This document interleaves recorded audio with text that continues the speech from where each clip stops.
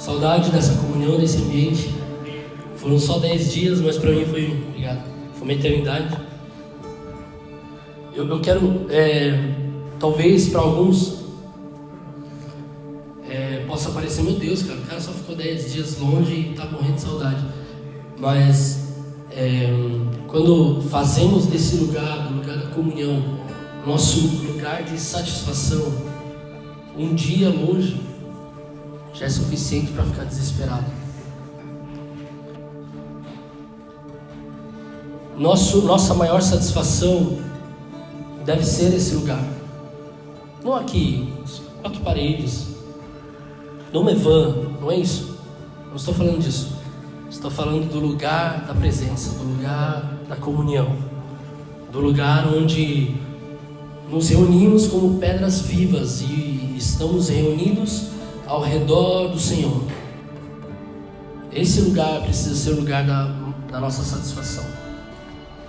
E talvez podemos pensar, que é exagero, é religiosidade, quando o cara fala sobre isso, né?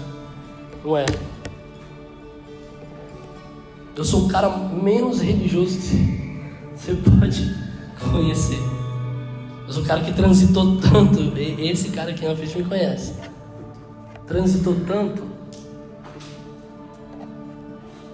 que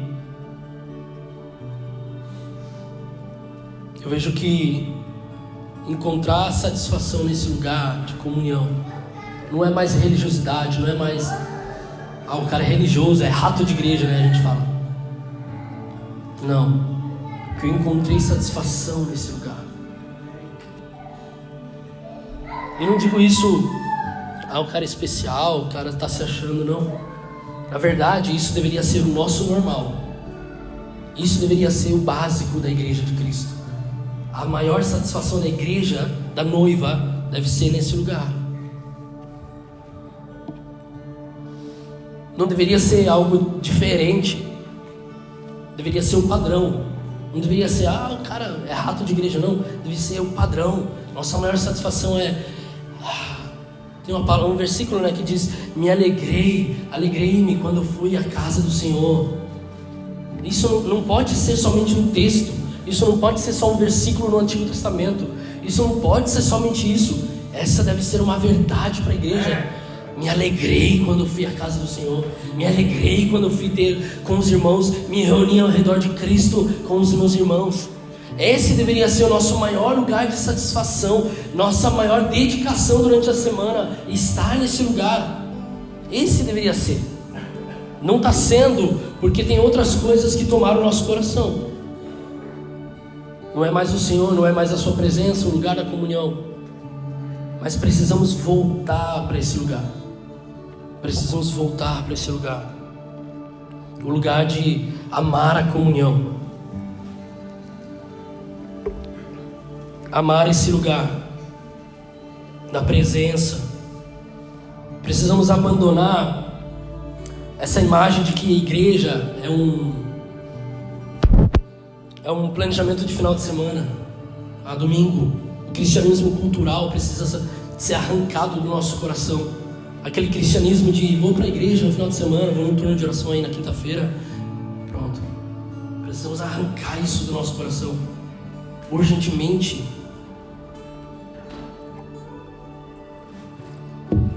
Não quero ser o sensacionalista, o profeta do caos, mas não sei se você percebeu, de ontem para hoje alguma coisa está mudando na história.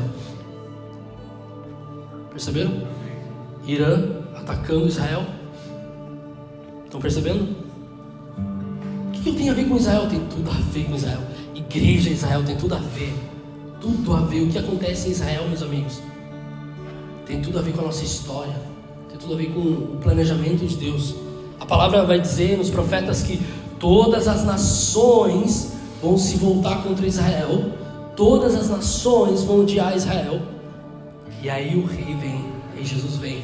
Israel é a menina dos olhos de Deus. Ele vai vir para proteger a menina dos olhos de Deus. Presta atenção, se Israel está sendo atacada, isso começa a ditar o início das dores. Você vai ver em Mateus 24, Jesus falando, a última vez que eu preguei aqui, eu falei sobre isso. Você precisa prestar atenção nas coisas. A palavra deve nos guiar, mas o que está acontecendo no mundo também vai começar a refletir aquilo que já foi profetizado aqui. Você precisa se antenar a isso. A última vez eu falei que Jesus repreende os fariseus porque eles não entendiam os tempos, não discerniam que tempo era aquilo. Os fariseus entendiam do sol, cara, vai fazer calor, vai chover, mas o Rei dos Reis estava diante deles e eles não conseguiam perceber que era chegado o tempo do Messias vir, como os profetas profetizaram. E Jesus repreende eles e fala: vocês não estão entendendo, vocês entendem as coisas naturais, é isso que Jesus estava dizendo, vocês são carnais, porque vocês não discernem tanto das coisas naturais, mas o Messias, o Rei dos Reis, Senhor dos Senhores, aquele que criou todas as coisas, está diante de você, e você não consegue enxergar isso, não consegue perceber. Esses são os mesmos dias, as coisas acontecendo ao nosso redor, e nós estamos aqui olhando: será que caiu meu salário?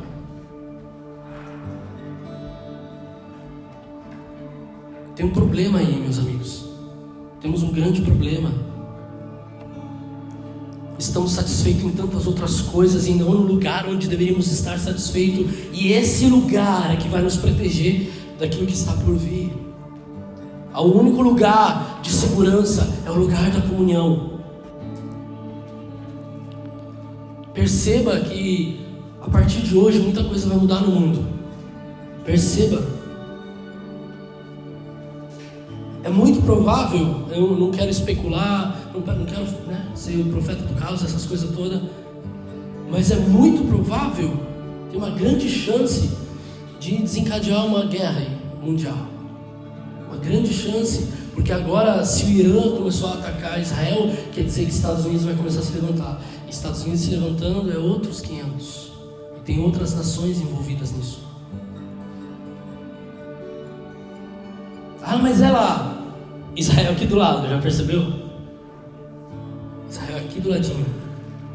Acho que a gente ainda está com aquela mente que estamos no Brasil. O Brasil está lá isolado, não. Nós estamos na Europa, irmãos. Israel aqui do lado. Rússia queria invadir aqui esses dias, porque a gente não queria o Portugal não queria se alinhar. Você precisa perceber as coisas. Por que eu estou falando isso? Porque o dia que o bicho pegar, se a gente não estiver satisfeito no lugar de comunhão, você vai fazer tudo menos olhar para o Cristo. Você vai vender até a alma, você vai vender até partes do corpo para você sair desse lugar. Está estourando guerra aqui em Portugal, vou vender tudo para cair fora, para voltar para o Brasil, para ir para outra nação. Em vez de olhar para Ele e olhar para a palavra, daquilo que a palavra diz que vai ter que acontecer isso, mas temos que permanecer nesse lugar de comunhão, protegendo uns aos outros, cuidando uns dos outros, fortalecendo uns aos outros, em vez de sair desesperados, permanecer juntos e ouvir a direção do Espírito para a sua igreja. Você vai sair por aí vendendo até a alma, te garanto.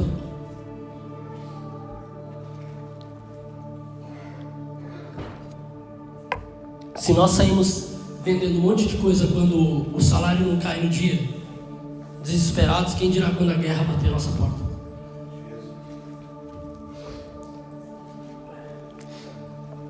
Talvez agora você está me ouvindo e falando assim: cara, o Joey, meu Deus, é sensacionalista. Não é, cara. É discernir os tempos. É interessante porque, ouvindo outros pastores, outros homens de Deus ao redor do mundo, você vê que a mensagem é a mesma. Eu estava ouvindo, quem que estava vendo a conferência ali do Mevan no Brasil, a convenção dos filhos? As palavras que você vai ouvindo os caras falando é a mesma coisa que temos ouvido aqui. Não sei se vocês perceberam. Ontem eu estava ouvindo o Gustavo Lara, que acho que é um argentino, né? Ele falou uma frase que eu falei: cara, é a mesma frase que o José fala. Os caras nem conversam. O cara tá lá, América Latina, a gente está aqui. Porque em Apocalipse diz: aquele que tem ouvidos para ouvir o que o Espírito diz à noiva. Ouça o que o Espírito está dizendo à igreja. É inevitável que vamos falar as mesmas coisas. Na verdade, isso realmente nos fortalece para entender que estamos discernindo corretamente os tempos. Vai vir. A partir de hoje a história muda. Muita coisa vai começar a desencadear a partir de hoje no mundo. Eu tenho amigos que estão em Israel agora, não conseguiram sair, porque fecharam o aeroporto. Tiveram que se proteger ali, estão num bunker. Estavam ali na casa de oração de Israel. Tenho amigos lá, podem morrer. Não sei se você viu os vídeos dessa madrugada aí. Centenas de mísseis sendo lançados sobre Israel. Israel tem o Iron Dome, né? A proteção aérea, defendendo loucamente. Mas Irã está vindo com tudo. Não ache que Israel não tem nada a ver com a gente. Tem tudo a ver com a igreja. Tudo a ver com a igreja. Tudo. Preste atenção. Jesus está voltando. E aí? Quando ele voltar, será que vamos dizer para ele: eu não me envolvi tanto no teu corpo, na vida do corpo, porque eu estava trabalhando demais, eu tinha que pagar as contas, eu estava preocupado com tanta coisa, eu estava fazendo tantas outras coisas. Qual vai ser a desculpa que nós vamos dar para o Rei dos Reis quando ele voltar?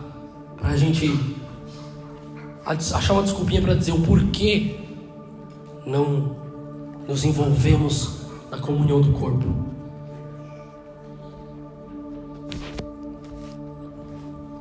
Eu não queria fazer essa introdução, só veio, mas amém. Estamos aí para apanhar mesmo do Espírito, eu também. Estamos aí para ser alinhados.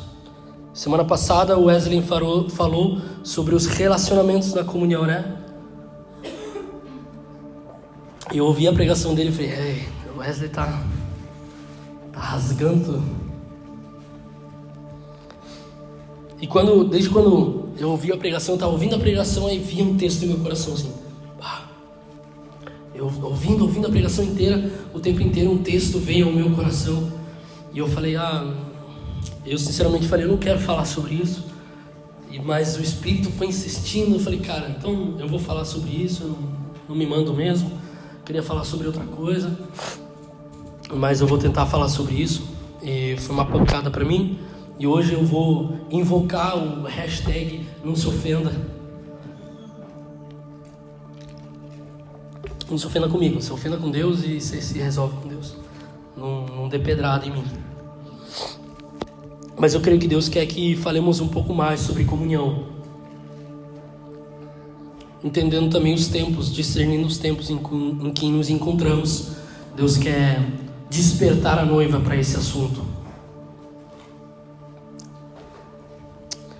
A comunhão do corpo de Cristo representa a cultura dos céus. Então precisamos entender isso. Nós somos o corpo de Cristo na terra. O que isso quer dizer? Representamos Cristo, né? Paulo vai falar que somos embaixada de Cristo. Somos esse lugar, a igreja é esse lugar que representa Cristo. Uma embaixada representa uma nação, certo? Uma embaixada representa uma nação em outra nação. Como embaixada de Cristo, representamos o cabeça nas nações, o Cristo. Então a comunhão do corpo revela a cultura dos céus, revela aquilo que acontece nos céus, revela como Deus quer que seja aqui na terra, como já é feito nos céus. A oração de Jesus, né? Seja feita a tua vontade aqui na terra, como é feita nos céus. Então a comunhão do corpo é exatamente isso, é Jesus fazendo a sua vontade aqui na terra, como é feita nos céus por meio da igreja, revelando às nações como é a comunhão lá nos céus.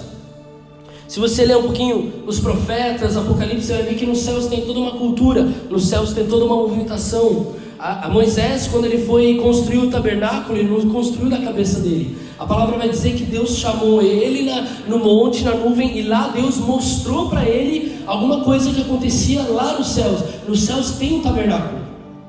Nos céus tem um tabernáculo, tem um trono, tem pessoas. Você sabia que nos céus tem seres humanos? Seres humanos que não sei se são seres humanos, mas a palavra chama eles de anciões.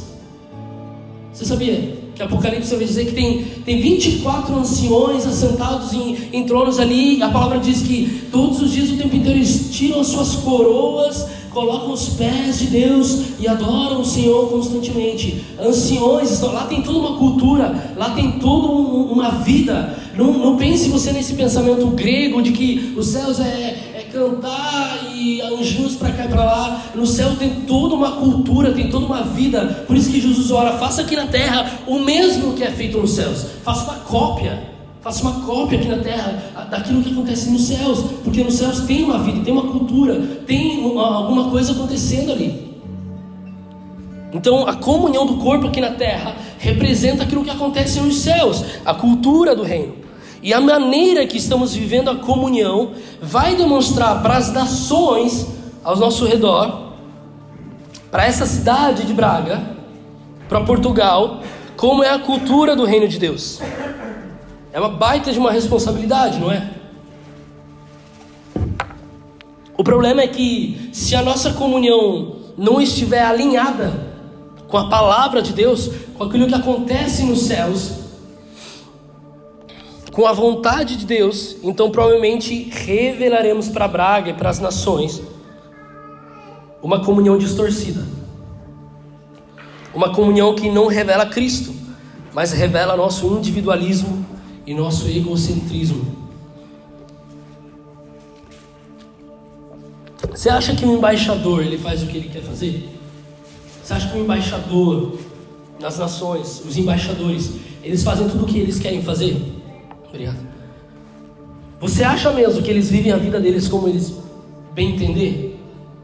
Um embaixador, ele tem que viver corretamente, porque senão ele queima a cara da nação que ele está representando.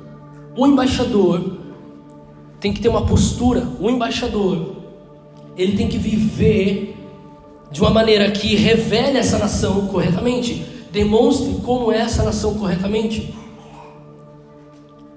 Como embaixada de Cristo, nós também temos que viver segundo a lei de Cristo, segundo a palavra de Cristo, para que possamos revelar o reino de Deus corretamente. É uma baita de uma responsabilidade. Vai conversar com o embaixador para ver para ele se não é uma baita de uma responsabilidade ser o embaixador de uma nação em outra nação. Pergunte para ele se ele às vezes se sente até confortável em fazer o que ele faz. É difícil ser embaixada de Cristo. É uma baita de uma responsabilidade que nós temos. Deus nos deu uma baita de uma responsabilidade para que possamos revelar o reino dos céus aqui em Braga, em Portugal e nas nações onde Ele nos enviar. É um privilégio, mas é responsabilidade. A comunhão é parte central da igreja de Cristo. Muitas vezes ouvimos sobre comunhão e fazemos pouco caso, mas deixa eu te falar, comunhão é uma parte central do Evangelho, comunhão é uma parte central do reino, comunhão é uma parte central da igreja. Não é papo de pastor para enganar os outros, não, te garanto isso. Não é papo de pastor para pegar teu dízimo, tua oferta.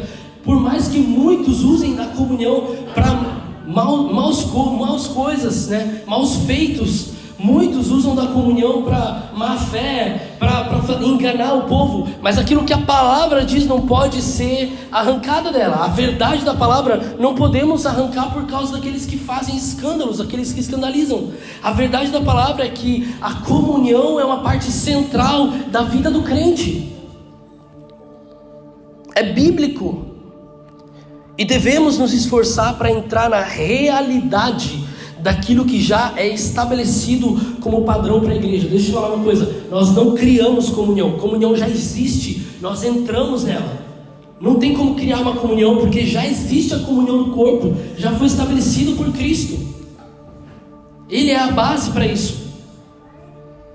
O problema é que nós estamos muitas vezes fora daquilo que já foi estabelecido como padrão. Nós temos que entrar nesse formato, temos que entrar nesse padrão do reino dos céus. Já está estabelecido. A verdadeira comunhão já existe. Não cabe a nós criá-la. Devemos nos alinhar com esse padrão. Devemos nos sujeitar à comunhão do corpo de Cristo. Então vamos lá ler 1 Coríntios 11. Eu sei que esse texto fala sobre ceia, e eu não quero falar sobre ceia, mas no final eu vou acabar falando um pouquinho sobre ceia. Mas o cerne desse texto não é a ceia. Nós precisamos entender o que Paulo está querendo falar nesse texto. Nesse texto, Paulo está falando sobre comunhão e individualismo. E esse era um grande problema da igreja de Corinto. Vamos lá ler 1 Coríntios, o capítulo 11, vamos do 17 ao 22, e depois a gente vai pular para o 27. 17 e 22. Entretanto, nisto que lhes vou dizer, não os elogio, pois as reuniões de vocês mais fazem mal do que bem. Em primeiro lugar, ouço que quando vocês se reúnem como igreja, há divisões entre vocês. E até de certo ponto eu creio, pois é necessário que haja divergências entre vocês, para que sejam conhecidos quais dentre de vocês são aprovados. Quando vocês se reúnem, não é para comer a ceia do Senhor, porque cada um come sua própria ceia sem esperar pelos outros. Assim, enquanto um fica com fome, outro se embriaga. Será que vocês não têm casa onde comer e beber? Ou desprezam a igreja de Deus e humilham os que não têm? O que lhe direi? Eu os elogiarei por isso? Certamente que não. Aí vamos lá para o versículo 27. Portanto, todo aquele que comer o pão ou beber o cálice do Senhor indignamente será culpado de pecar contra o corpo e o sangue do Senhor. Examine-se cada um a si mesmo, então coma do pão e beba do cálice, pois quem come e bebe sem discernir o corpo do Senhor, come e bebe para sua própria condenação. Por isso há entre vocês muitos fracos, doentes e vários já dormiram. Troque dormir por morrer, porque é isso que Paulo está dizendo. Não está falando que alguém está cochilando, está dizendo que muitos morreram. Mas se nós tivéssemos o cuidado de examinar a nós mesmos, não receberíamos juízo. Novo Testamento, hein? Nova aliança. Juízo em meio à nova aliança, antes da volta de Cristo. Quando, porém, somos julgados pelo Senhor, estamos sendo disciplinados, para que não sejamos condenados com o mundo. Portanto, meus irmãos, quando vocês se reunirem para comer, esperem uns pelos outros.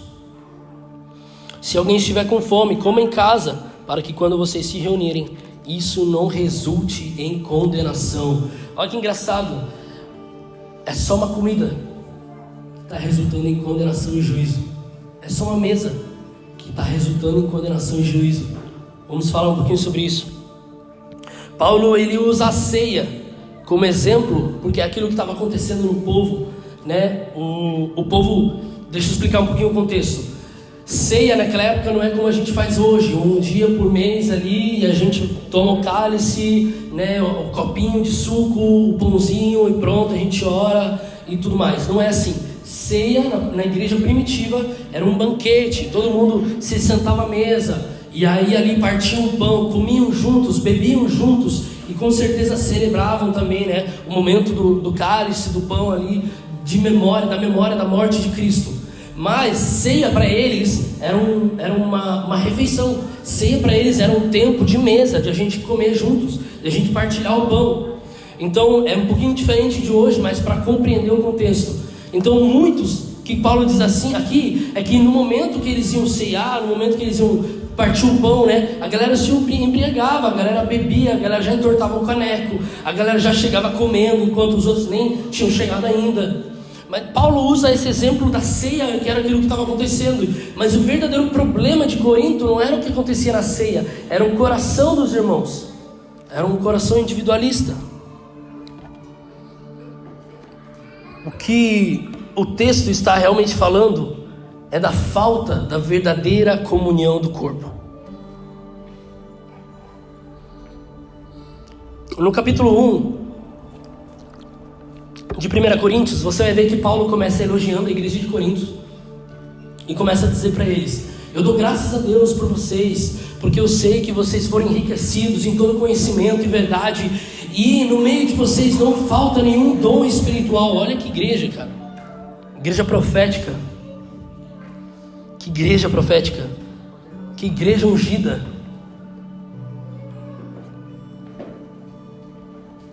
Ele diz que a igreja de Corinto, o que ele ficou sabendo da igreja de Corinto é que era uma igreja cheia do Espírito. Era uma igreja que os dons fluíam muito entre uns e os outros. Ele diz: vocês não têm falta de nenhum dom espiritual. Olha isso, cara.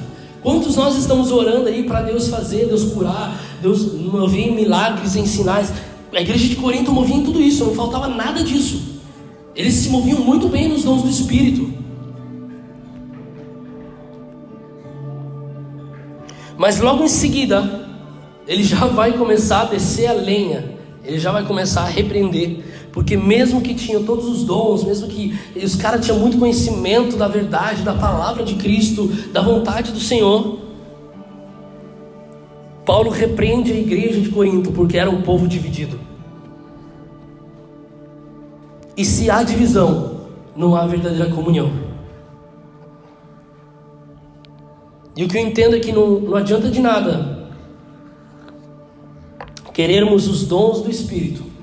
Quanto aqui tem orado pelos dons do Espírito? Eu tenho orado. E tem que orar. Paulo diz que você tem que buscar isso. Mas quantos de nós temos buscado dons do Espírito com tanta dedicação e não temos discernido a comunhão do corpo? Não temos nos envolvido no corpo. Não adianta de nada. Não adianta de nada querermos os dons do Espírito, nos movermos nos dons do Espírito, em cura, milagres, palavra de conhecimento, palavra de sabedoria, palavra profética, liberar profecias uns pelos outros, liberar as coisas dos céus uns para os outros, se no nosso meio não há unidade, se no nosso meio não há verdadeira comunhão. Sabe por quê? Porque não é os dons da igreja que revela Cristo para o mundo. É por isso que não adianta de nada. Jesus falou isso muito bem em João 17, vamos lá. João 17, versículo 22 e 23. Jesus está orando, oração sacerdotal de Jesus, está intercedendo pelos discípulos, está orando até por nós. Não sei se você já entendeu isso, mas em João 17, Jesus está orando por você e por mim. No versículo 22 ao 23, João 17, 22 e 23, ele diz assim: dei-lhes a glória que me deste, para que eles sejam um, assim como nós somos um, eu neles e tu em mim, que eles sejam levados à plena unidade, para que o mundo saiba que tu me enviastes e os amaste como igualmente me amaste. O que é que revela Cristo ao mundo? Verdadeira comunhão, unidade. Jesus não está falando, enche eles de dons do Espírito, Senhor, para que o mundo conheça pela manifestação profética. Por mais que isso é bom, eu procuro, eu creio, eu busco, eu me movo nos dons do Espírito. Isso é tudo, isso faz parte da igreja. Mas o que a igreja precisa é unidade. Não adianta de nada a gente se mover nos dons do Espírito aqui, meus irmãos, e não ter unidade, não ter comunhão. Não é isso que vai revelar Cristo ao mundo. É a unidade. Ele disse que a nossa unidade, a nossa verdadeira comunhão, faria com que o mundo saiba que Jesus foi enviado por Deus. E além disso, faria com que o mundo entendesse que Deus ama o mundo assim como amou seu Filho. Você acha que é o teu dom profético que revela o amor de Cristo a Braga? Não é. Você acha que a gente sair nas ruas pregando e curando os enfermos, liberando palavras proféticas, vai revelar o amor de Cristo para eles? Não é. É a unidade do corpo. Jesus falou que eles sejam levados à plena unidade, para que o mundo saiba que tu me enviastes e os amaste como igualmente me amaste. É uma dura verdade. Nós queremos sair por aí pregando. Eu gosto de evangelismo. Aliás, semana que vem vamos ter evangelismo. Eu gosto de evangelismo, tem que ser feito. Precisamos fazer evangelismo. Mas o evangelismo não pode ser uma fuga da comunhão. O evangelismo não pode ser algo que dizemos, não, vamos sair para as ruas pregar Jesus, manifestar os dons do Espírito, vai ser bênção, as pessoas vão ser tocadas por Deus, mas o que vai revelar Cristo a elas é a nossa comunhão. Não adianta sair por aí querer pregar Jesus e não ter comunhão aqui dentro. Não adianta sair por aí querer falar de Jesus no teu trabalho se aqui dentro não existe verdadeira comunhão. Não adianta de nada. É engano. Deixa eu te falar. Nós nos enganamos a nós mesmos quando achamos que é suficiente sair no nosso trabalho falando de Jesus, Jesus te ama, pregar o evangelho, mas aqui a gente não se envolve na vida um do outro, não nos envolvemos na comunhão, na unidade. Você está se enganando, estamos nos enganando. É bonito, mas é mentira.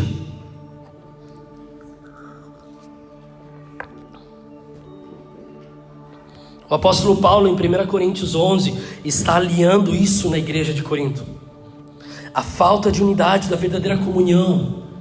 Paulo está repreendendo eles, porque ele diz, cara, eu ouvi coisas boas sobre vocês, vocês têm conhecimento, esse é o pior. Eles tinham conhecimento, vocês têm muito conhecimento, vocês se movem nos dons, mas vocês não têm unidade. Cara, para tu ter noção, a igreja de Corinto era sinistra, realmente em falta de em divisão, falta de unidade. O negócio era feio. Você acha que é ruim no nosso meio? Olha a igreja de Corinto.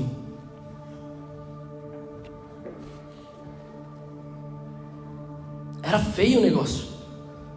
A divisão era feia ali. Isso revela uma falsa comunhão, revela um falso reino, porque o reino de Deus é o reino de unidade, de comunhão.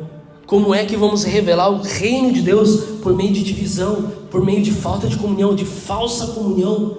Não adianta ter um versículo bíblico lá nos stories, meus amigos. Não adianta de nada colocar no teu Instagram que você é crente, tem um versículo ali, não adianta de nada postar, fazer posts cristãos, se aqui no meio, no nosso meio, não há verdadeira comunhão. Se o nosso coração não está se sujeitando à comunhão, praga não conhecerá Cristo por meio do teu stories, com um versículo bíblico. Pode ter certeza.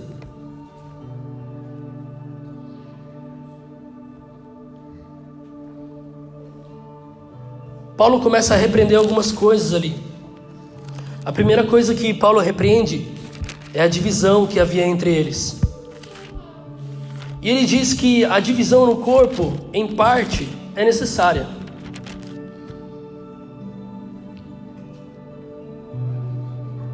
Porque a divisão no corpo também prova os nossos corações. Se você ler ali, ele fala assim, ó.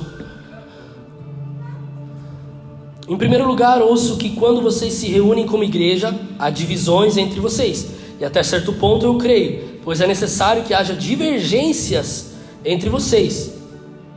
Vai ter divergência entre nós, irmãos. Você não vai concordar de mim, eu não vou concordar com você todo o tempo, o tempo inteiro. Nós não vamos caminhar sempre junto, bonitinho, o tempo inteiro. Vai ter divergência.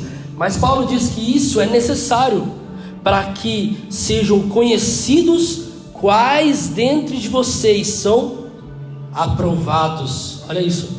No meio da divergência podemos ser reprovados por Deus.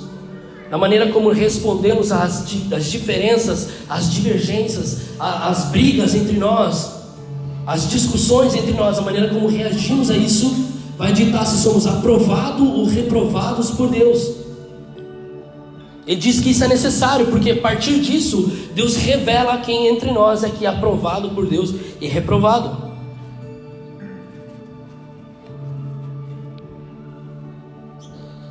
As divergências provam quem está de fato disposto a perseverar na comunhão, mesmo diante de discussões, de discordâncias, de diferenças entre nós. Vai haver. Isso vai acontecer. Lembra que eu falei da última vez? Vamos sair até no tapa. Mas a maneira como vamos consertar isso depois vai ditar se somos aprovados e reprovados. Porque até Paulo e Pedro saíram no tapa, mas eu não vejo na palavra que diz que os dois foram reprovados por Deus. Por quê? Porque a partir disso, os dois se alinharam, se consertaram, se sujeitaram uns aos outros. Ali houve comunhão após isso. A comunhão, meus amigos, prova os nossos corações. E talvez é por isso que muitos de nós têm muita dificuldade de perseverar na comunhão, de mergulhar na vida da igreja, de mergulhar na vida da comunhão, da unidade, por medo de seu coração ser exposto. Mas não só expostos aqui diante dos outros, exposto para mim, para nós. O que mais nós fugimos é de saber quem de fato nós somos, porque nós vestimos uma máscara até para nós mesmos. Nós olhamos para o espelho e dizemos assim: que crente bom que você é. Que crente bom que você é. Você vai de domingo a domingo no culto. Você está lá, serve a igreja. Que crente bom que você é. Nós colocamos uma máscara até para nós mesmos. Nos enganamos até a nós mesmos. O nosso maior medo é ter o nosso coração exposto para nós mesmos, para a gente cair na real de que somos maus, somos ruins, somos egoístas, orgulhosos, arrogantes, individualistas. Nosso maior medo é cair na real de quem nós somos. Esse é o nosso maior medo. E é por isso que fugimos da comunhão, porque a comunhão vai revelar quem você é para você mesmo. Não é verdade? Quantas vezes a comunhão revelou para mim mesmo quem eu sou? Um homem irado, um homem julgador. Quantas vezes? E o problema é que nós temos medo de enfrentar nós mesmos, a realidade do nosso coração, e nos maquiamos tanto de crentes evangélicos que choram no culto, levantam as mãos, falam evangeliquez, mas quando é hora de se envolver na comunhão para o nosso coração ser tratado, curado, restaurado, fugimos, encontramos desculpas, porque temos medo de enfrentar quem nós somos. A comunhão vai revelar para nós mesmos quem somos e como somos. O quanto ainda precisamos ser transformados, tratados, curados, libertos de nós mesmos. As divergências entre nós vão provar nossos corações e expor para nós mesmos quem é que governa o nosso coração. Esse é o maior problema, porque a comunhão vai revelar para você e para mim quem está governando o nosso coração. Se é Cristo ou é a nossa vontade, a nossa alma. A comunhão vai revelar para nós mesmos quem é o nosso Deus. Quando decidimos mergulhar na vida comunitária, nossos corações são expostos. Só que na exposição, como eu disse mais cedo, a cura, a restauração, a libertação. Um dia eu fui conversar com o Gessé, e já que a gente estava tendo problemas, a gente estava brigando o tempo inteiro, quebrando o pau em casa, não tenho dificuldade de dizer, é melhor se exponha mesmo. A gente estava quebrando o pau em casa. Pode falar, né? Estava quebrando o pau em casa semana após semana. E eu sou o tipo de cara que fala assim: cara, eu sei qual é o problema, a gente tem que ajeitar isso aí. Eu sei qual é o meu problema, qual é o problema da Jaque, a gente tem que entender e se alinhar. Não adianta de nada eu falar com o Gessé vai falar o que eu já sei, mas a gente não está disposto a mudar, então não vai falar nada, não vai adiantar nada. E eu fiquei enrolando para conversar com o Gessé. Eu estava lá, semana após semana, estava aqui ministrando e tal, mas a gente quebrando o pau em casa. Um dia, um belo dia, a Jaque fala assim: eu não aguento mais, preciso falar com o Gessé, Jéssica, preciso expor isso aí. Então, aí eu falei: então vamos expor isso aí mesmo, vamos lá. Fui lá, fomos jantar no Gessé e tal. Isso foi bem quando a gente descobriu a gravidez do Jonah. E a gente foi lá, a gente contou pra eles foram os primeiros a saber, contamos pra eles da gravidez do Jonah, né? Um belo jeito de fazer preparar um ambiente para não tomar lapada, né, cara? Ó, tá vindo bebê aí, mas peraí, estamos quebrando o pau, hein, cara? Bate. Beleza, tivemos um jantar gostoso. Aí o Gessé olhou pra mim e falou: e aí? Como é que vocês estão? Vomitei tudo, cara, tá ruim. Estamos quebrando o pau mesmo. A gente está se xingando mesmo. Tá ruim. Tá ruim mesmo, cara. Tá muito ruim. E o Gessé falou o quê? O que eu já sabia, óbvio. Cara, não pode ser assim, vocês estão perdendo respeito, tal, Celinho, tal. Tomamos uma na lata, bem tomado, do Gessé e da Jéssica, reconhecemos o nosso erro, só que ele não falou nada do que eu não sabia já. Sou crente velho, já sei. Mas, daquele dia em diante, tudo mudou dentro da minha casa. Tudo mudou dentro da minha casa. Tudo. Eu não estou falando para você que a gente não briga, a gente briga. Mas eu não lembro quem falou, mas falou assim: você tem que aprender a brigar. A gente briga, mas a gente se respeita. A gente não grita, a gente não estoura, não quebramos o pau. Discordamos, mas há comunhão.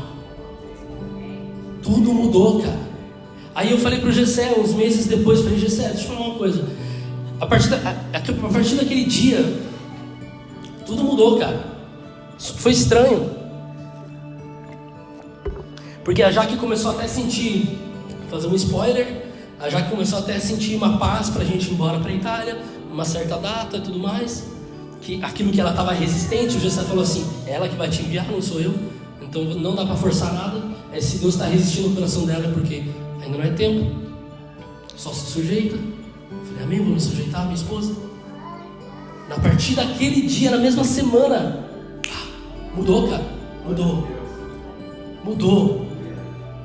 E é interessante, nosso jeito de conversar mudou. A Jaque começou até a me elogiar e eu achava estranho, porque eu não estava nem acostumado.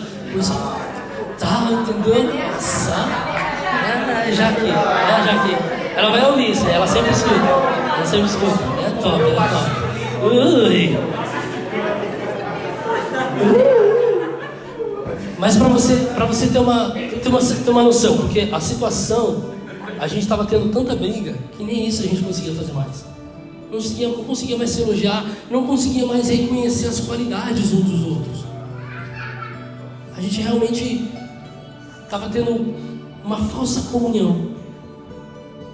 A gente não conseguia nem conversar direito. Estou expondo para vocês.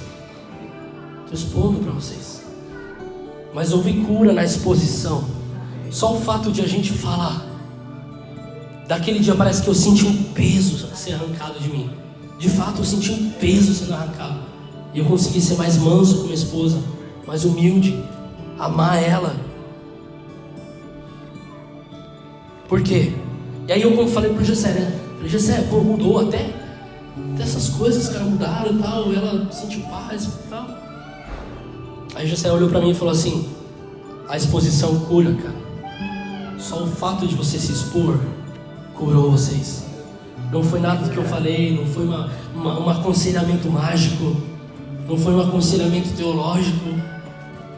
Só o fato de a gente vomitar do jeito que a gente estava e se sujeitar à repreensão, porque eu posso até vomitar para você, mas se você me repreende, eu não me sujeito, não adianta de nada. Eu tenho que me sujeitar à repreensão, tenho que me sujeitar ao pastoreio, tenho que me sujeitar ao corpo. Só o fato de eu expor, me sujeitar ao corpo, trouxe cura para minha casa.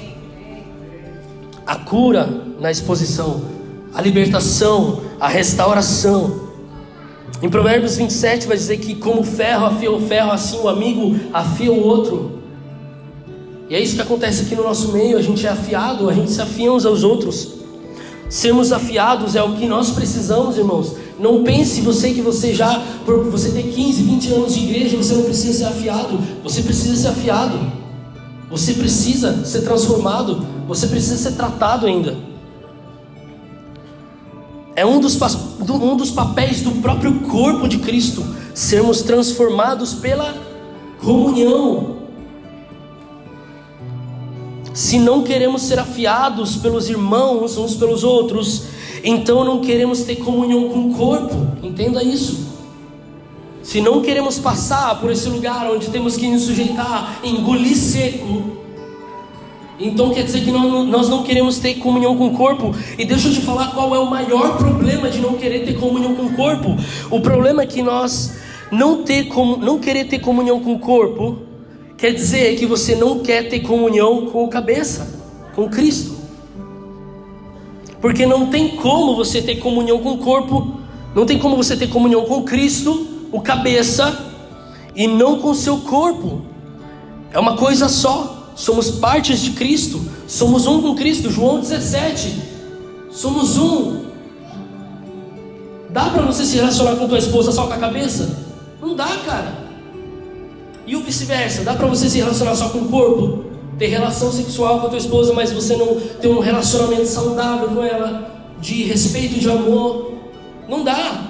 É uma coisa só, não dá pra gente dividir essas coisas. Entenda, se você não quer ter comunhão com o corpo, você está dizendo que não quer ter comunhão com Cristo. Não tem como dividir. Para de mentir para você mesmo.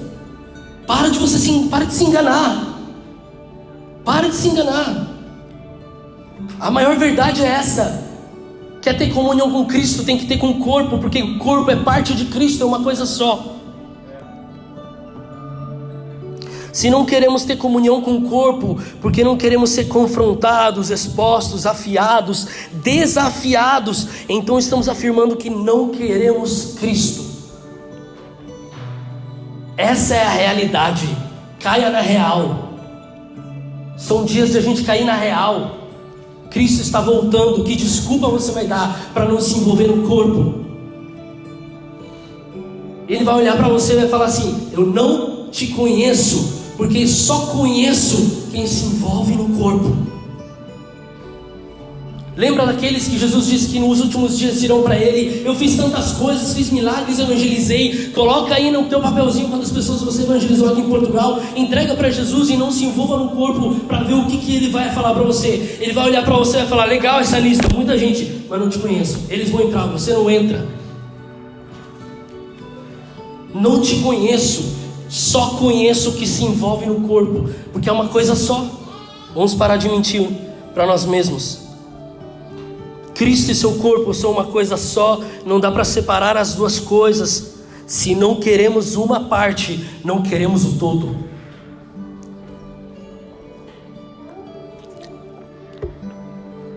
A segunda coisa que o apóstolo Paulo repreende é o individualismo. Vamos lá para o verso 20. Quando vocês se reúnem, não é para comer a ceia do Senhor. Por mais que eles se reuniam para a ceia, mas a intenção do coração deles, Paulo está dizendo, não é para comer a ceia do Senhor. Porque cada um come a sua própria ceia sem esperar pelos outros. Assim, enquanto um fica com fome, o outro se embriaga.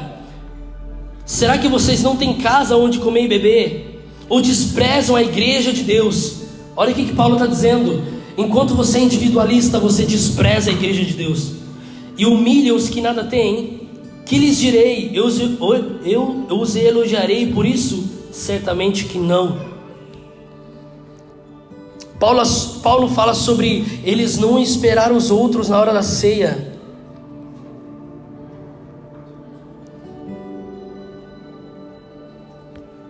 Muitos chegavam, bebiam, comiam, estavam nem aí com os outros. O problema verdadeiro disso aí é individualismo. Eles achavam que era só para eles. A igreja é só para mim. A palavra de domingo é só para mim. A comida aqui na ceia é só para mim. A ceia é só para mim. Individualismo. Essas pessoas agiam dessa maneira porque pensavam somente em si, nos seus problemas, as suas necessidades, as suas vontades, e não pensavam no coletivo. Eles não tinham uma mente no coletivo, tinham uma mente individualista. E um dos nossos maiores problemas como igreja hoje é o individualismo que impera em nossos corações. Nós ainda somos individualistas. Nós ainda pensamos somente em nós, pensamos somente nas nossas necessidades, em nossos problemas. Nós ainda pensamos nas minhas contas que eu tenho que pagar, no aluguel que está vencendo. Eu preciso, eu. E nós não pensamos no nós. Quando a oração de Jesus é Pai Nosso, o pão nosso, o nosso pecado, é tudo nosso, é coletivo. O corpo de Cristo é coletivo. Como nós somos ainda individualistas e egoístas. Nós nos esquecemos dos outros. Nos esquecemos dos nossos irmãos durante a semana. Fazemos de nós mesmos os nossos deuses, onde nossas necessidades devem ser supridas a qualquer custo. E que o meu irmão se vire para suprir as suas necessidades. Cada um está lutando a sua batalha aqui em Portugal. como isso ainda tem governado os nossos corações, irmãos. Eu digo nossos porque eu também me incluo. Deus bateu quando eu fui fazer essa pregação. Não entraremos na realidade da verdadeira comunhão se nós perseverarmos em sermos individualistas. Como eu disse, quando moramos em um país estrangeiro, isso aflora ainda mais, né? Porque aí você fala, cara, aqui, tem que correr, tem que trabalhar, tem que fazer, então tem que correr atrás de pagar as contas. Então, cara, eu tô ganhando um salário mínimo aqui, não tenho condição de ajudar o irmão, não tenho condição de estar em comunhão. Vai faltar gasolina para ir na comunhão, vai faltar gasolina para isso, aquilo. A gente começa a ser cada vez mais individualistas diante das circunstâncias dessa nação, e a gente se esquece de quem nós somos e qual é o papel da igreja e o porquê o Senhor nos trouxe para cá. Só que esse pensamento é totalmente contrário ao pensamento e à mentalidade do reino. Vamos lá em Filipenses 2, vamos ver o que Paulo fala sobre isso.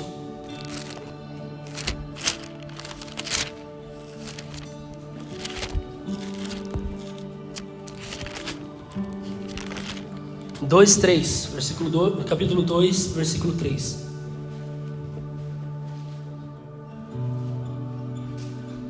Vou ler do versículo 2. Completem a minha alegria, tendo o mesmo modo de pensar, o mesmo amor, um só espírito e uma só atitude. Aí versículo 3. Nada façam por ambição egoísta ou por vaidade, mas humildemente considerem os outros superiores a si mesmos. 4. Cada um cuide não somente dos seus interesses, mas também dos interesses dos outros. Olha isso. Esse é o reino, amigos. Eu ganho um salário mínimo, não consigo. Existe uma frase muito legal, não sei quem criou, não sei quem falou, mas fala que ninguém é tão pobre que não consegue dar nada, e ninguém é tão rico que não pode receber nada de ninguém.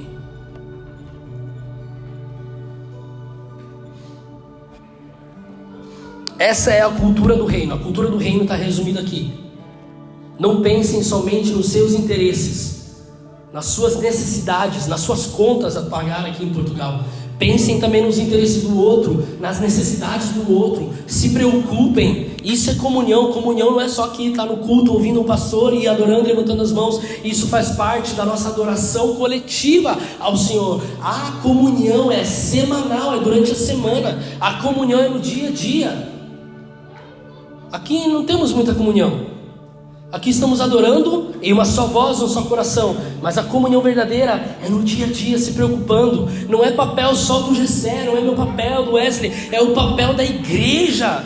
É a igreja, você faz parte da igreja. É o papel das pedras vivas. Se preocupar um com o outro, se pensar nas necessidades do outro. Falar, cara, como é que eu posso cooperar? Nem que seja só com uma oração. Me preocupar. Essa é a comunhão verdadeira do corpo. Se sujeitar uns aos outros. Chorar com os que choram. Se alegrar com os que se alegram. Batalhar com aqueles que lutam. Não tem como queremos viver uma vida cristã, uma vida em comunhão com Cristo e sermos individualistas. Uma coisa não tem nada a ver com a outra. Não dá. É água e óleo. Não se misturam. No reino é primeiro Cristo, segundo o meu irmão e terceiro as minhas necessidades. No reino é essa a matemática. Primeiro Cristo, aquele que tem toda a primazia, aquele que é o primeiro em meu coração. O segundo é o meu irmão, as necessidades, aquilo que meu irmão precisa, cuidar dele, me sujeitar a ele. E o terceiro sou eu. Essa tem que ser a nossa matemática, irmãos.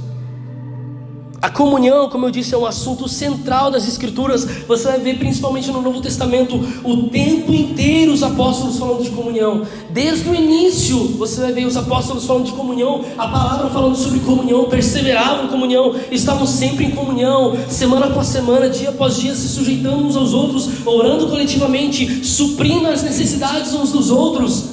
Essa é a vida da igreja, não dá para viver outra vida. Você quer viver igreja verdadeiramente? Essa é a vida, não tem como. Vai numa empresa onde você trabalha, pergunta pro teu chefe, teu supervisor como é que funcionam as coisas. Tenta fazer diferente para você ver se você não é mandado embora. Não é?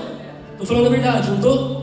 Faça diferente de como já é estabelecido naquela empresa, para você ver se você não é demitido. Por que na igreja de Cristo nós olhamos para a palavra e falamos, esse é o padrão, vamos fazer diferente?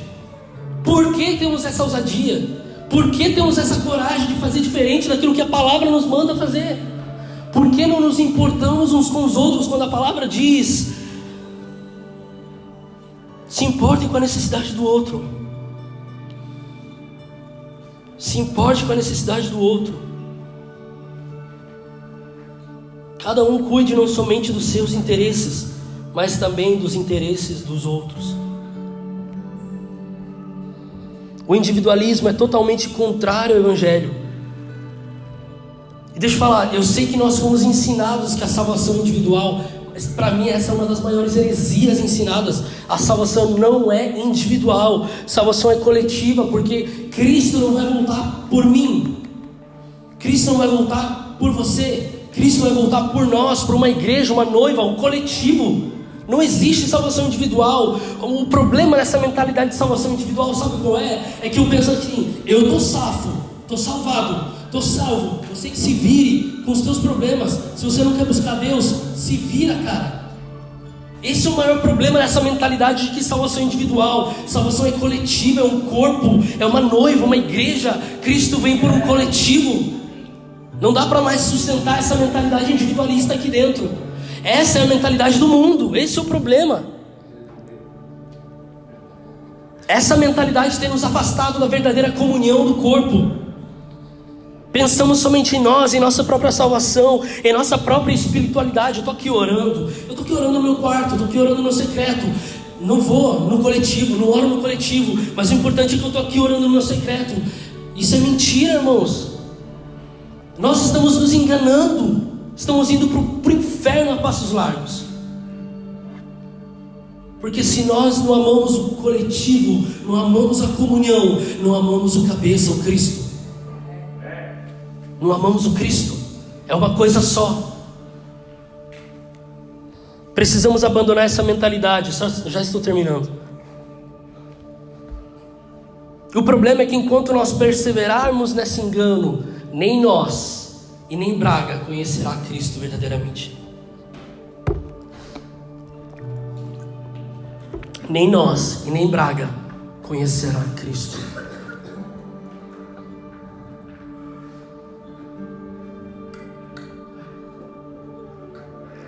No mundo impera o egoísmo, o individualismo, a arrogância.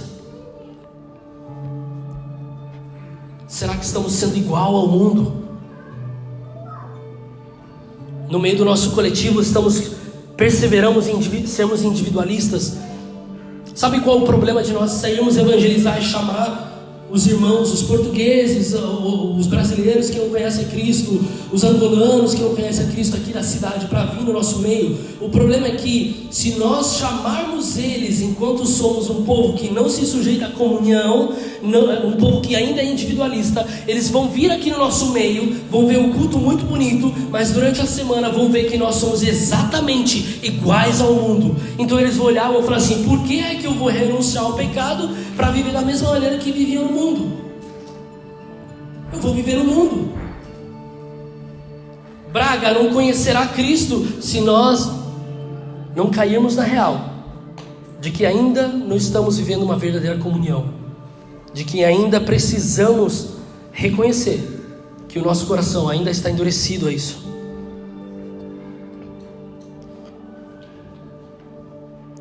No mundo impera o eu, na igreja deve imperar o nós, o coletivo. Ontem eu vi uma frase do pastor Gustavo Lara muito boa. Ele também estava falando de individualismo. Aí eu tive uma certeza que realmente essa palavra era do Senhor, porque ele falou muito sobre isso ontem à noite lá no Brasil. Ele falou: a cruz despedaçou o individualismo. A cruz despedaçou o individualismo. Agora, a partir da cruz, não existe mais o eu, é o nós. A vida cristã não é sobre o que Deus tem para mim, mas o que Deus tem para a sua igreja. Está falando para a sua igreja. Chega de pensar o que Deus tem para mim, meu ministério, minha vontade. Não existe o eu mais no nosso meio, existe o nós. É um coletivo. Deus vai te usar enquanto você se sujeitar ao coletivo. Deus vai usar as habilidades que Ele te deu, os dons que Ele te deu, os talentos que Ele te deu. Mas se você se sujeitar ao coletivo, se você viver no nós e parar de viver no eu, não dá mais. A cruz despedaçou o individualismo. Sabe qual é o maior problema de tudo isso? Já falei alguns problemas, mas sabe qual é o maior problema de vivermos uma vida individualista enquanto seguimos a Cristo e vamos à igreja toda semana? O maior problema disso é juízo. O apóstolo Paulo fala que esse tipo de mentalidade individualista e esse comportamento traz juízo sobre nós. Vamos lá ver verso 27 de 1 Coríntios 11. Verso 27 até o 34. E aí eu termino.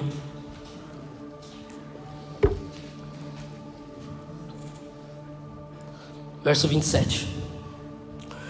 Portanto, então Paulo está falando aqui, vamos fazer um resumo.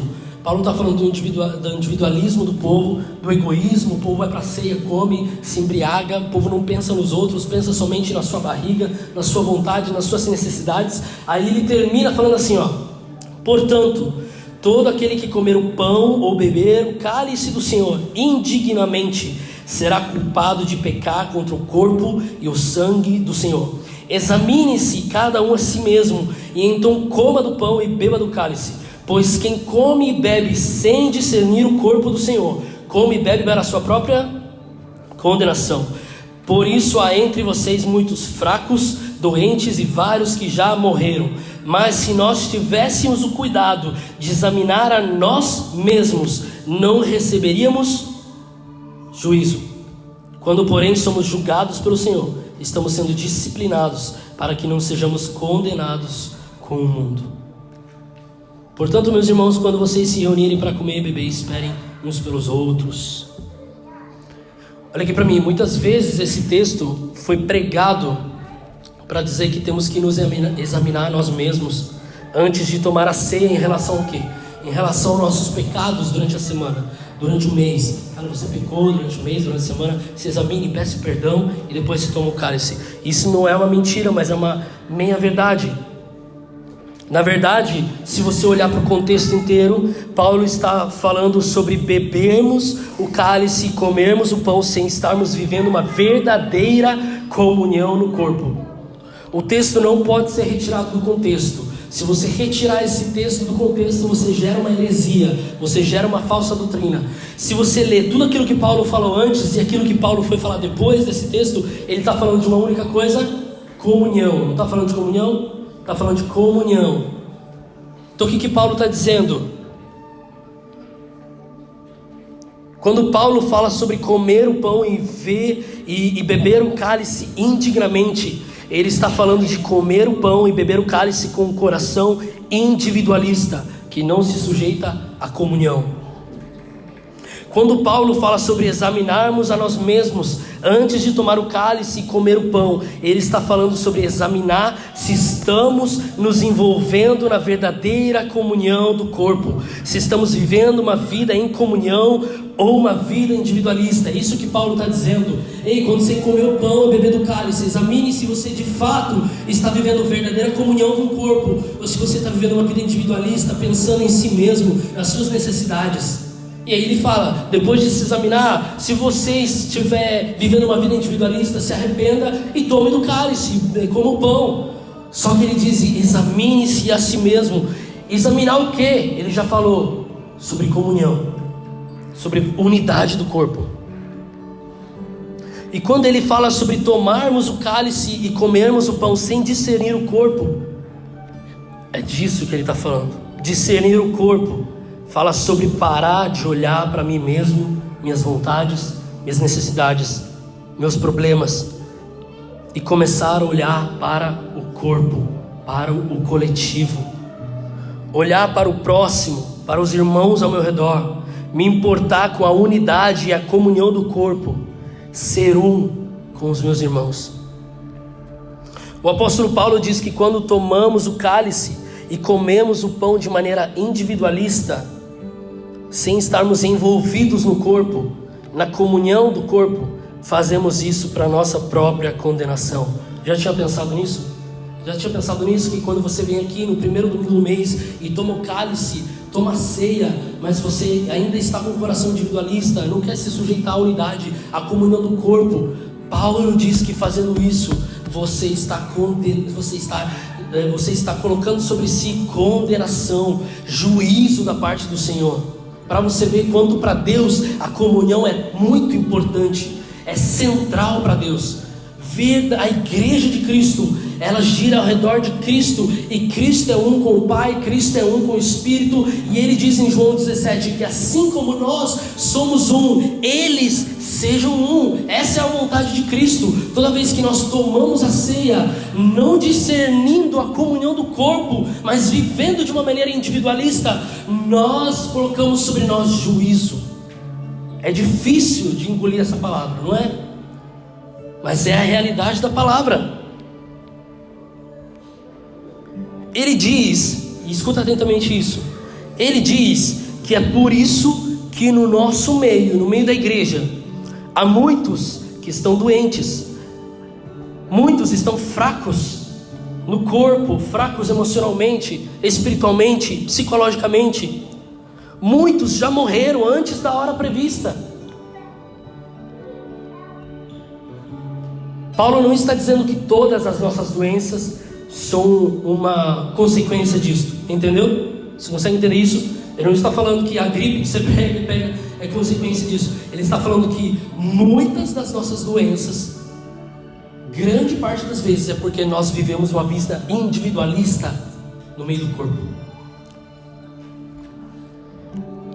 O fruto disso é juízo. Só que o juízo de Deus é para nos repreender e nos alinhar. A palavra diz que nós temos que nos alegrar na repreensão do Senhor. Quando Ele nos repreende, nos disciplina, é porque Ele nos ama, nós somos filhos, e Ele ama os seus filhos e quer alinhar o coração dos filhos. Então Deus está nos disciplinando. Talvez quando estamos enfrentando algumas enfermidades, algumas fraquezas, antes de tomar remédios, antes de fazer qualquer outra coisa, talvez deveríamos orar e perguntar a Deus se isso não está vindo porque estamos vivendo uma vida fora da verdadeira comunhão do corpo. Viver uma vida individualista, fora da verdadeira comunhão do corpo, sem nos envolvermos com o corpo, sem sermos intencionais em sermos um com o corpo, trará duras consequências sobre as nossas vidas. Não tem como sermos cristãos sem nos envolvermos com a comunhão do corpo. Somos qualquer outra coisa, menos cristãos. O problema é que Deus estabeleceu que fosse assim. Não tem como contornar isso, não tem como mudar isso. Então, quer servir a Deus? Sirva-o por meio do corpo. Quer amar a Deus? Ame-o por meio do corpo, sendo um com o corpo, se sujeitando na comunhão, se envolvendo na vida da igreja, mergulhando na verdadeira comunhão.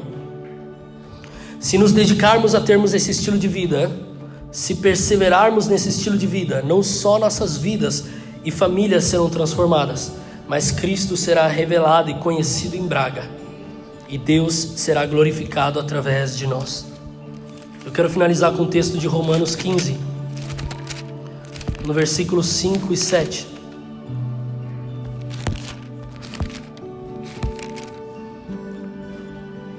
Paulo diz assim, Romanos 15, 5 a 7. O Deus que concede perseverança e ânimo, lhes dê um espírito de unidade, segundo Cristo Jesus, para que com um só coração, uma só voz, vocês glorifiquem ao Deus e Pai de nosso Senhor Jesus Cristo. Versículo 7. Portanto, aceitem-se uns aos outros, da mesma forma que Cristo os aceitou, a fim de que vocês glorifiquem a Deus. Quer glorificar a Deus? Sujeitando uns aos outros. Unidade. Não adianta você vir com argumentos para Deus. Eu faço tantas coisas, eu faço ação social, eu evangelizo, eu falo de você. Se você não está se envolvendo na comunhão, se você não está se sujeitando à comunhão do corpo, não tem como ser um verdadeiro cristão.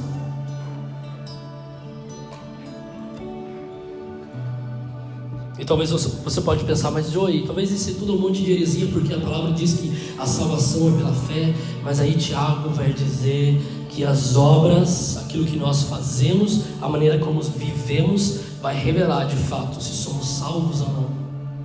É isso que Tiago fala. A salvação é pela fé, mas após a salvação tem que praticar. Isso vai dizer se você é salvo mesmo ou não.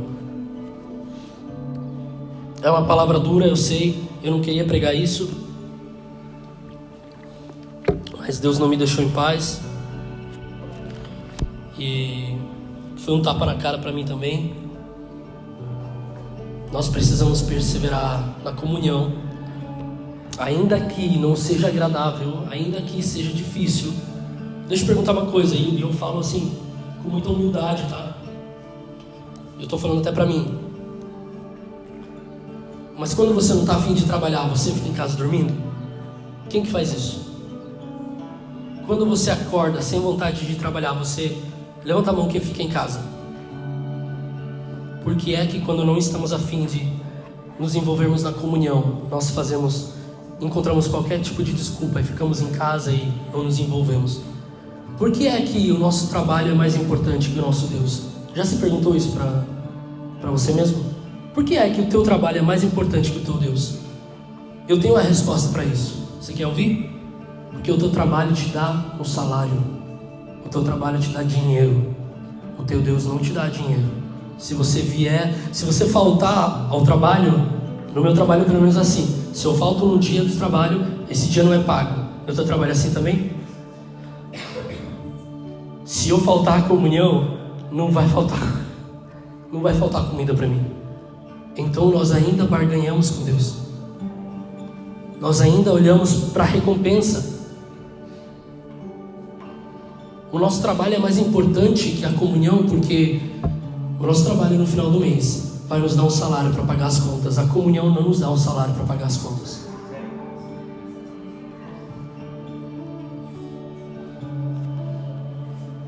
É difícil, mas é a realidade. Mamon ainda controla os nossos corações. Mamon ainda controla os nossos corações. Tudo isso que eu estou falando, Deus questionou a mim um dia. Deus continua questionando. Deus continua falando. Por isso que precisamos fazer da comunhão o lugar da nossa satisfação. A presença precisa ser o lugar da nossa satisfação. Não dá. Não dá. Talvez após esse domingo a gente precisa voltar para casa e refletir se nós estamos vivendo uma verdadeira comunhão, nos sujeitando à comunhão, ou se estamos vindo aqui de domingo a domingo, mas com um coração individualista, procurando a nossa bênção, procurando aquilo que Deus pode fazer por mim, para minha casa, minha família, ao invés de olhar para o todo, para o coletivo e falar o que o Senhor está fazendo na tua igreja, o que o Senhor está falando para a tua igreja. Eu quero cooperar, eu quero participar, eu quero me envolver no coletivo.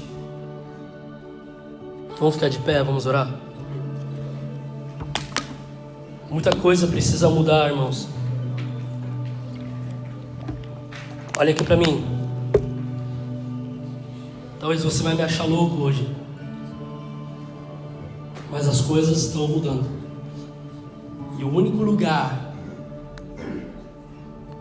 que você vai encontrar segurança vai ser na comunhão. Deus me deu uma palavra quando eu comecei a andar com o Gessé em 2022, sobre aquilo que vai acontecer daqui a um tempo.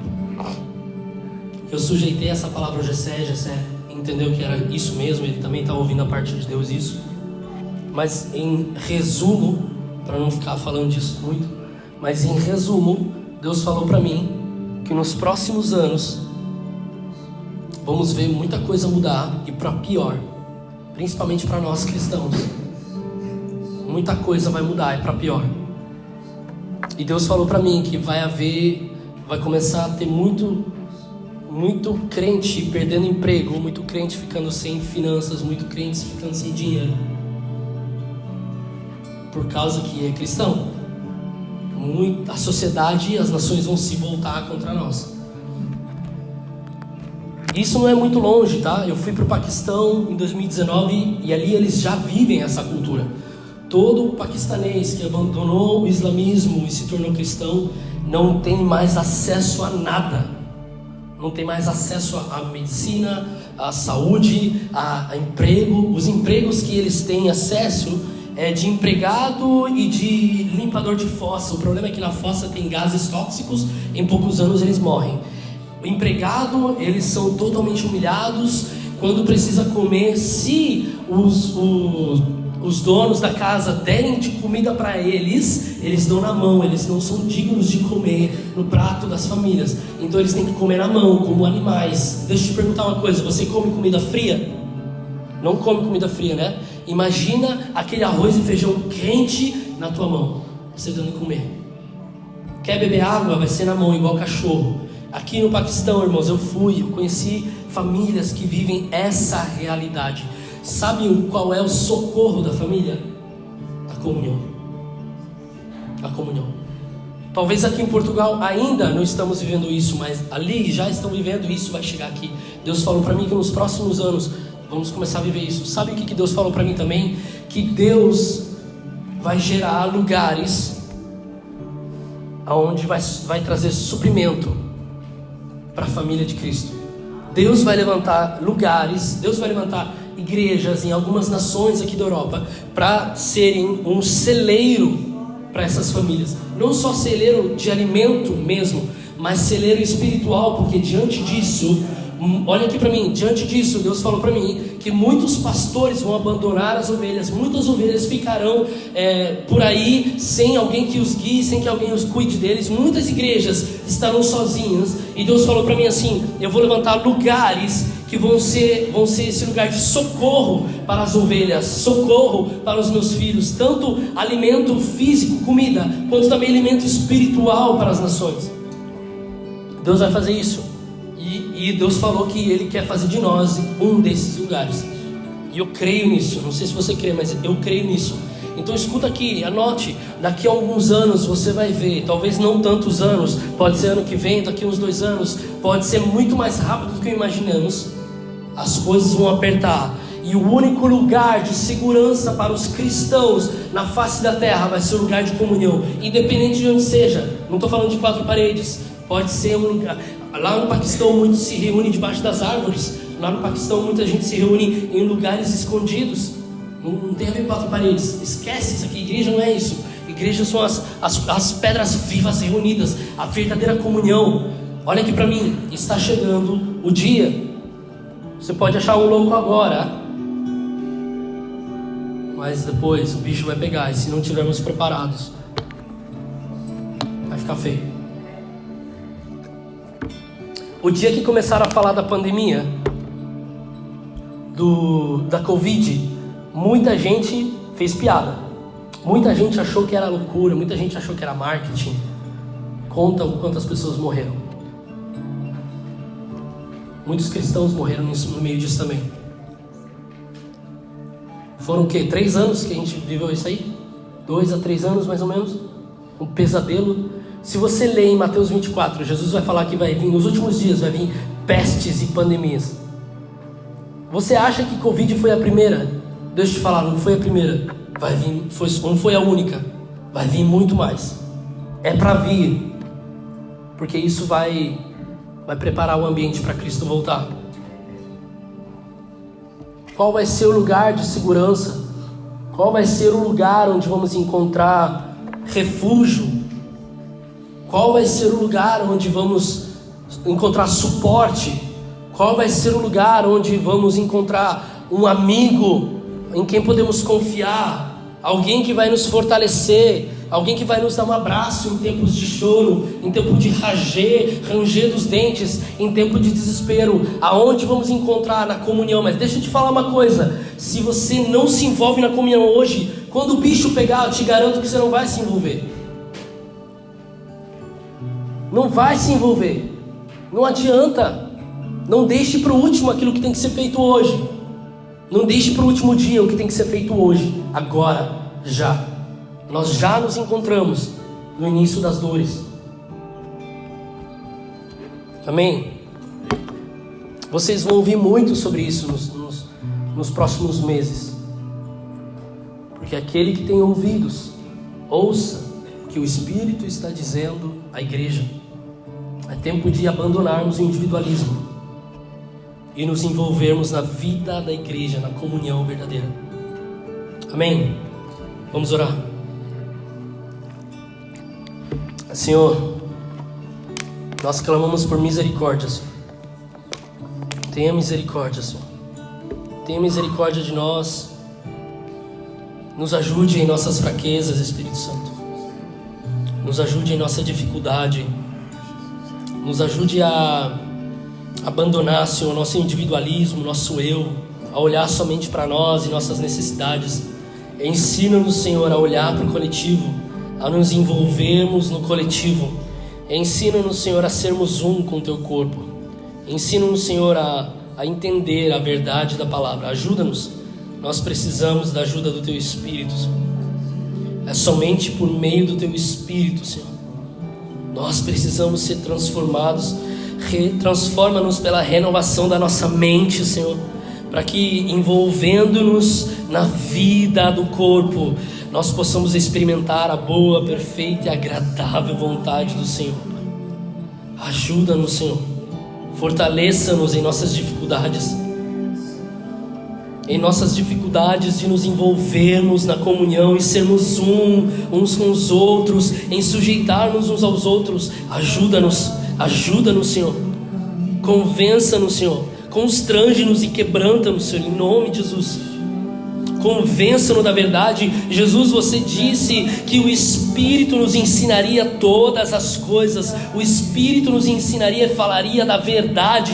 Espírito Santo, fala-nos e convence-nos a respeito da verdadeira comunhão do corpo, da necessidade de envolvermos-nos na vida uns dos outros, sujeitarmos uns aos outros, amar uns aos outros como Cristo nos amou, cuidar e suportar uns aos outros. Ensina-nos e ajuda-nos, Espírito Santo. Em nome de Jesus. Em nome de Jesus. Amém.